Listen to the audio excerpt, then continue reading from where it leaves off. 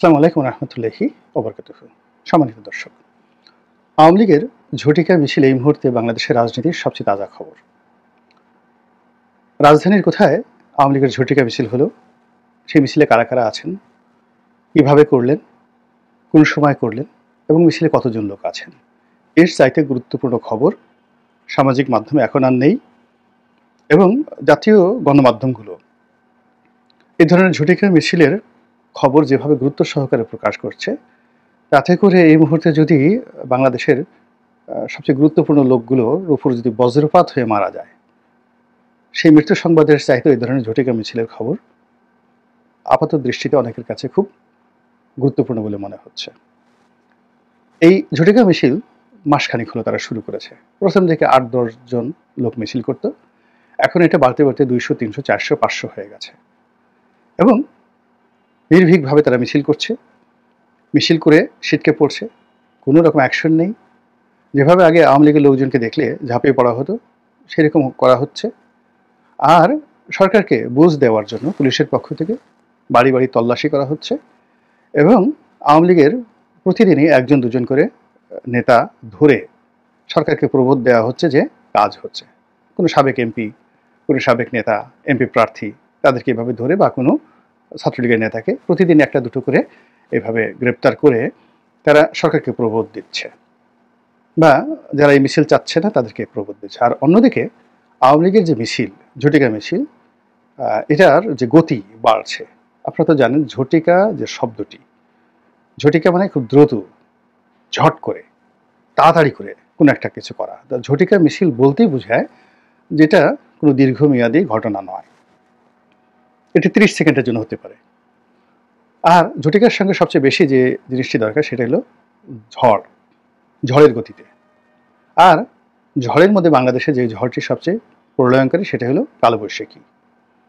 তো যখন কোনো একটা জায়গাতে ঝটিকা আসে, ঝড় হয়, কালবৈশাখী আসে, সেটা কেবলই মাত্র ঝড়ের মধ্যে থাকে না, সেখানে আম পড়ে, জাম পড়ে, গাছ উঠিয়ে নিয়ে যায় এবং এমন এমন কালবৈশাখী যেটা অনেক সময় টর্নেডো তৈরি করে ফেলে, টিউবওয়েল সব উঠিয়ে নিয়ে যায়।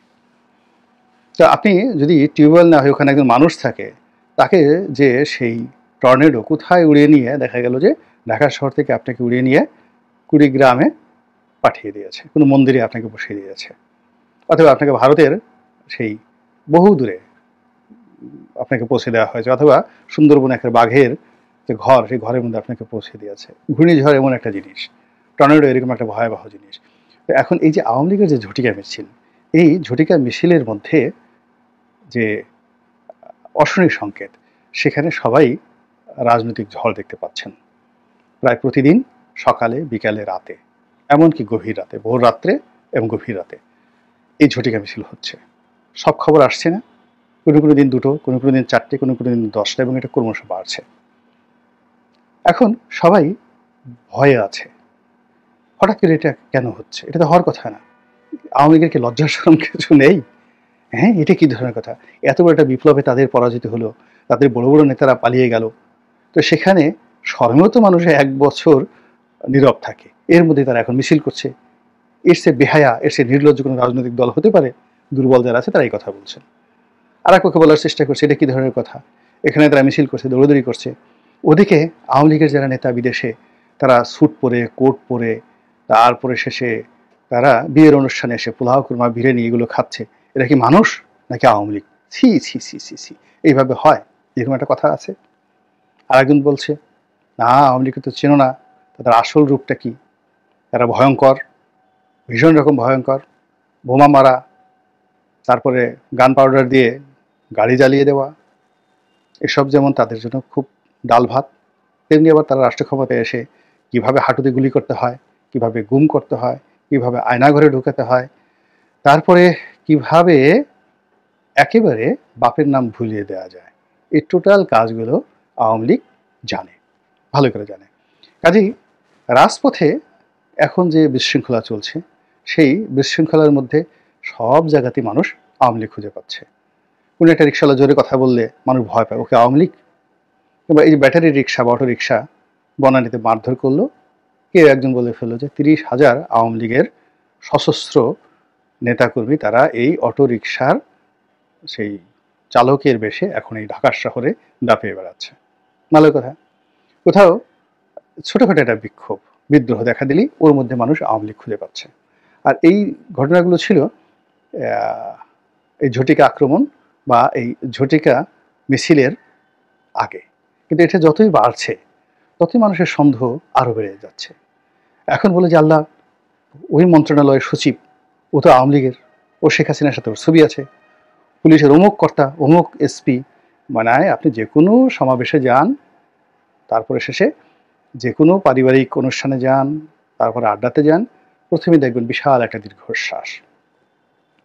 সেই দীর্ঘশ্বাসের প্রথম বক্তব্য হলো, কি হলো এই বিপ্লব করে, আমার অমুক থানার ওসি আওয়ামী লীগের লোক, এক ডাইরেক্ট ছাত্রলীগের লোক, অমুক নেতার সঙ্গে সরাসরি ঘোরাফেরা করতো, সে এখন ওসি হিসাবে এই যুগে নিয়োগ লাভ করলো এই 2 দিন আগে।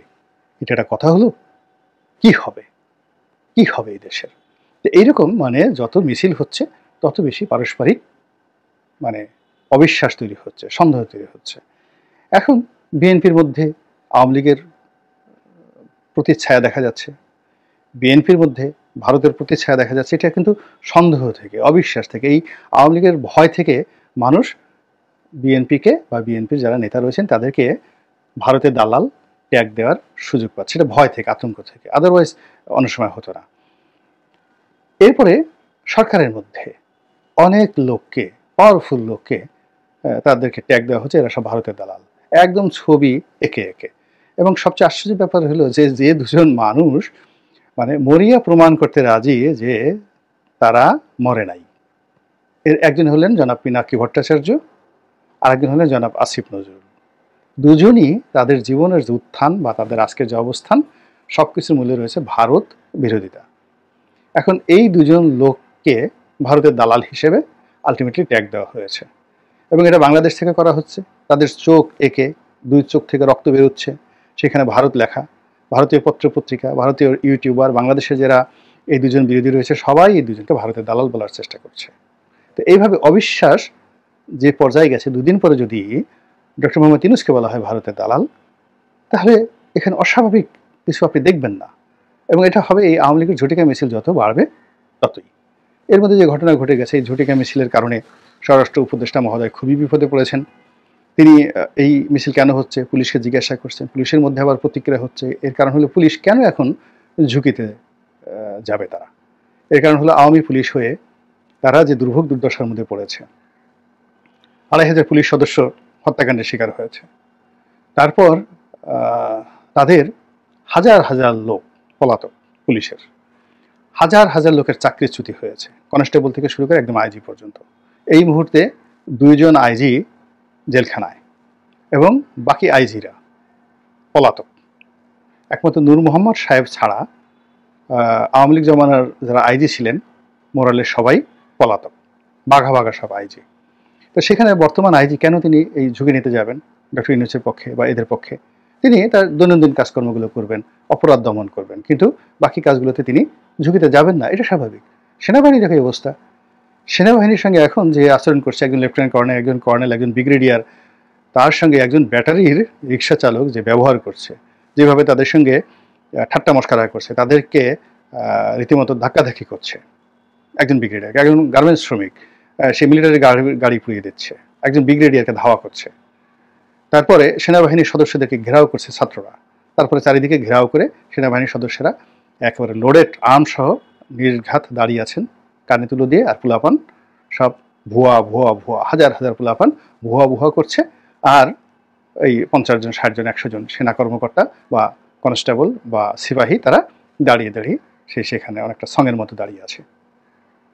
কি করতে পারেন তারা সেখানে? তো সেই জায়গাটাতে যেখানে যারা এই মবগুলোতে অসহায় বোধ করছে, সেখানে আওয়ামী লীগের এই জায়গাটাতে তারা কার হুকুমে গিয়ে আবার আর একটা নতুন ট্যাগের মধ্যে পড়বেন। এখন এই যে সেনা সদস্যরা তারা যদি দমন করতে চায়, তারা তো 1 মিনিট দমন করতে পারে, কিন্তু লোকজন বলবে এরা সব আওয়ামী লীগের, শেখ হাসিনা, দিল্লির দালাল, এই ভয়ে তারা এই কাজগুলো করছে না। পুলিশের একই অবস্থা।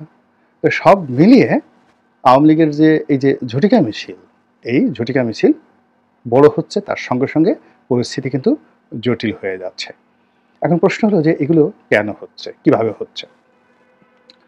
এটা কি ভারত করাচ্ছে, ভারতে করাচ্ছে, মোসাদ করাচ্ছে, আমেরিকায় করাচ্ছে, নাকি আওয়ামী লীগ নিজে নিজেই করছে স্বতঃস্ফূর্তভাবে?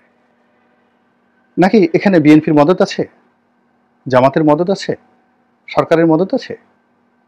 আমি যে প্রশ্নগুলো করলাম, অবাক করার ব্যাপার হলো সবগুলো ঘটনা একসাথে ঘটছে।